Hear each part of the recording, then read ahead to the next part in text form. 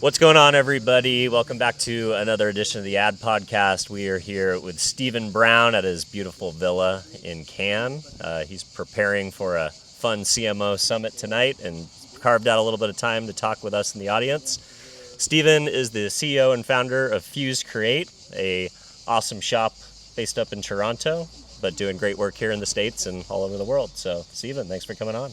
Thank you for having me on. Pleasure to welcome you to this great view and this great spot. This is on this beautiful day. probably the best ambiance I think we'll get so far for the show. 3 in. So, Stephen, tell us a little bit about yourself. Tell us about your shop and what brought you to Cannes this year.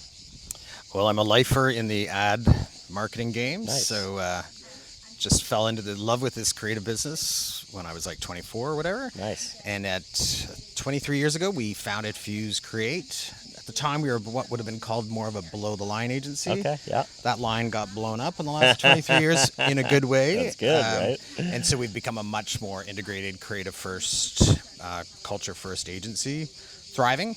It's a good industry right now, I find. Yeah, of Some course. might not agree with me, but it's been good for us. So when there's disruption, there's opportunity, as they Yeah. say, right? I think the appetite right now is very healthy for just great work. Yeah. And if you can do great work and cut out the clutter of a lot of complications that our industry is famous for sometimes doing. Yeah. If you can get to great insight, great creative, great media planning that aligns with the creative, boom, clients Yeah. are happy and they stay with you. Yeah, it's in some ways AI, the AIification of the industry is lowering the barriers, I think, even more for indies. And I Yeah. feel like now more than ever, a few interesting partners that spin off or maybe get, chopped up in one of these holding company, challenges. It's very easy to step out and start something exciting. Yeah. I just think, like anyone, we're using a lot of AI, but and that's behind the scenes. Yeah. What the clients want to see is engaged, passionate, excited advertising, marketing people on their business. And so if you don't lose sight of the core essence of what this industry is about, is great creative being served up to the right client at the right time. Yep. How the engine works, they don't care about. Yeah. They don't want to see care how the the work. sausage is made. They don't care. And so, we're not huge. We're 75 people, good, healthy size in our market. But we can compete with the big ones very comfortably. We also join networks and other groups and partner For pitches. Partner for Yep. everything, because you can be innovative on how you come to the market. It doesn't have to be all you anymore. I love that. All right, so talk a little bit about what you guys are preparing for tonight. What's on the menu, so to speak? Yeah, so I'm part of Fuse Create's part of Worldwide Partners. It's a network of about 100 agencies, all indies from around the world, and we come to Cannes really to make sure we're broadening our Worldwide Partners network. Interesting. I'm here in both capacities Nice. as a agency owner and an agency investor in Worldwide Partners. And so tonight we host about 30 CMOs who come up Amazing. to this great villa. Catered dinner, Mark Ritson, John Evans talk Nice. to the group. It's really meant to be a chill, marketers talking to marketers, great dinner, lots of good wine. Love We're in it. France after all.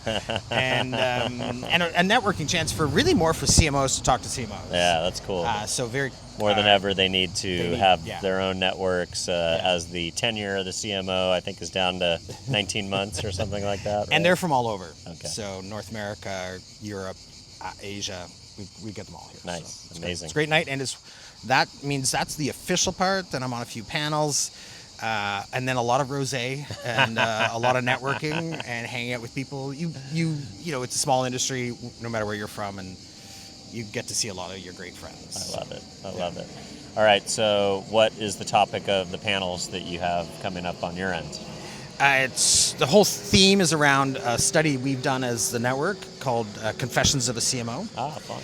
And so instead of it being like a heavy data analytical approach to what's happening in the industry, it's really more about the psychology and the emotions of being a CMO. Interesting. I And like so they've gone in depth with one-on-one interviews with, I don't know how many, like well over 100 CMOs, just to talk about the realities of what it's like to be one right now. And then they also do this great classification of CMOs into more personality types. Interesting. That aligns your personality with the industry, the culture of the environment you're in. Okay. So it really gets into more about, like, are you there as a CMO to break the rules and break foundations, or are you there just to keep the the train on the track Yeah, going the same yeah. path. And it lets the CMOs, when we're together, really talk about their experience, their shared experiences.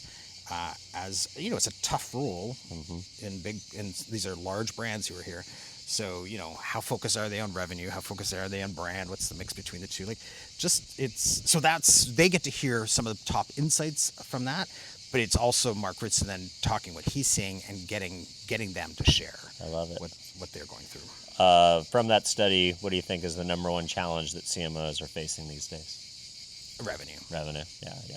So being able to tie Yeah. results to revenue of campaign, and measure at the end of the day, ROI as kind of a capital R, so to speak. Yeah, with the caveat of really trying to also break down that myth about the value of what a brand is. Yeah. And that it's not as easily measurable, but the minute you start divesting in it, like it's that.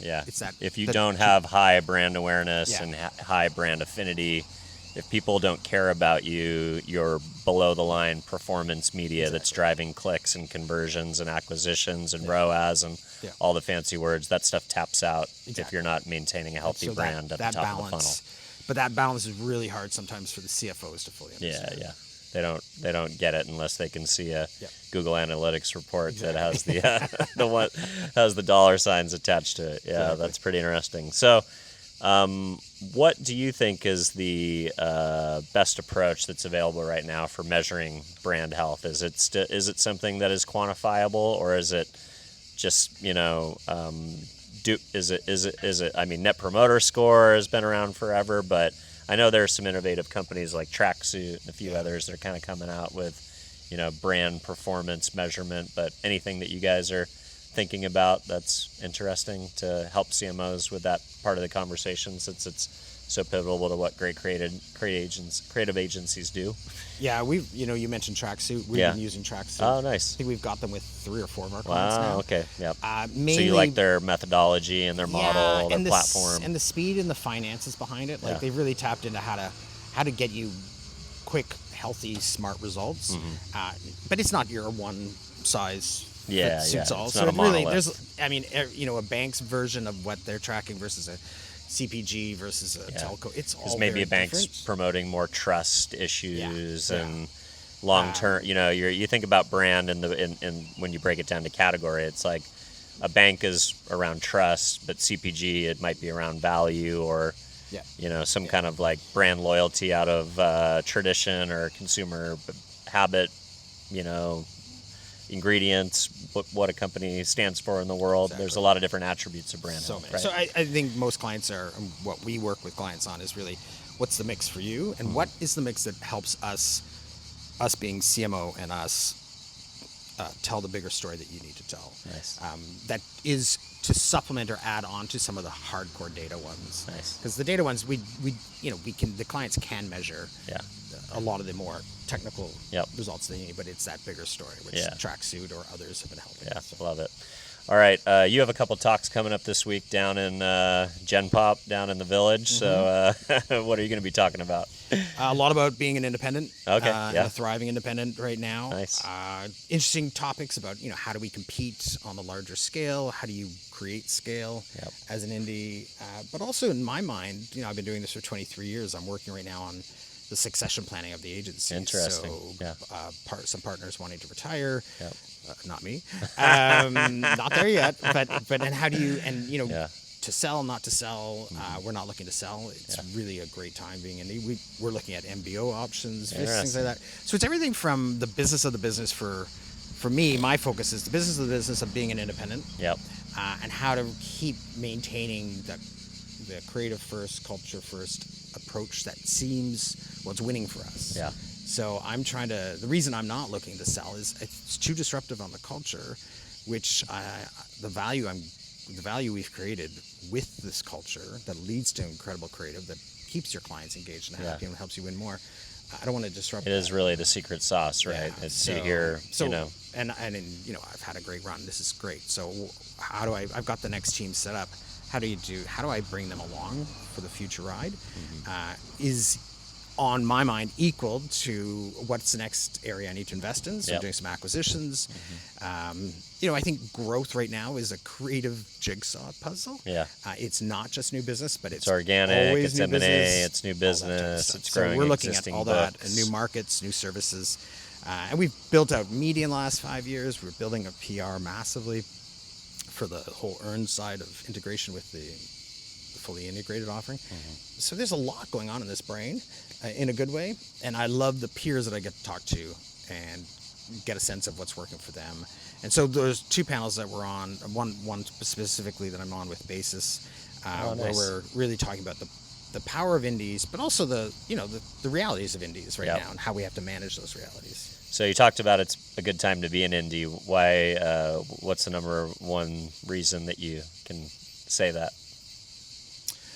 Oh, culture. Yeah, culture. Culture leads to, you can't just tell people be creative, be innovative. You have to nurture it and foster it.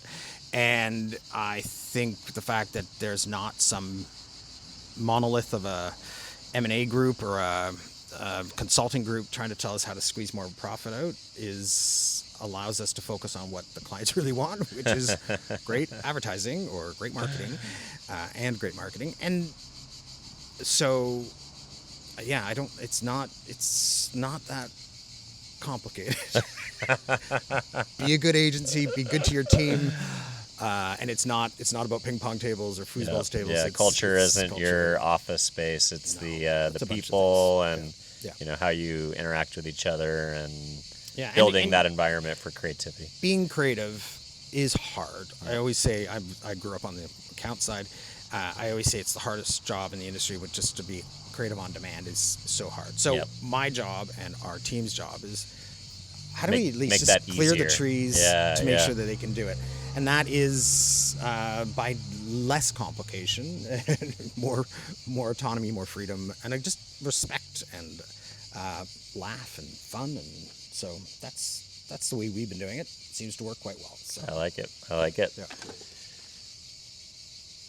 Awesome. Well, Stephen, if folks want to follow along with your thought leadership or learn more about the agency, where would you like to send people to stay in touch?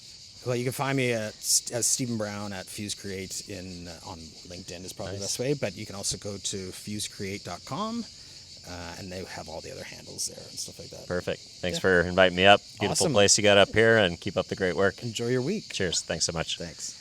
Finding the right audience to build a media plan requires hours of research. And optimizing campaigns is time-consuming and a bit of a guessing game. That's why we built technology to do it for you. Strike Social.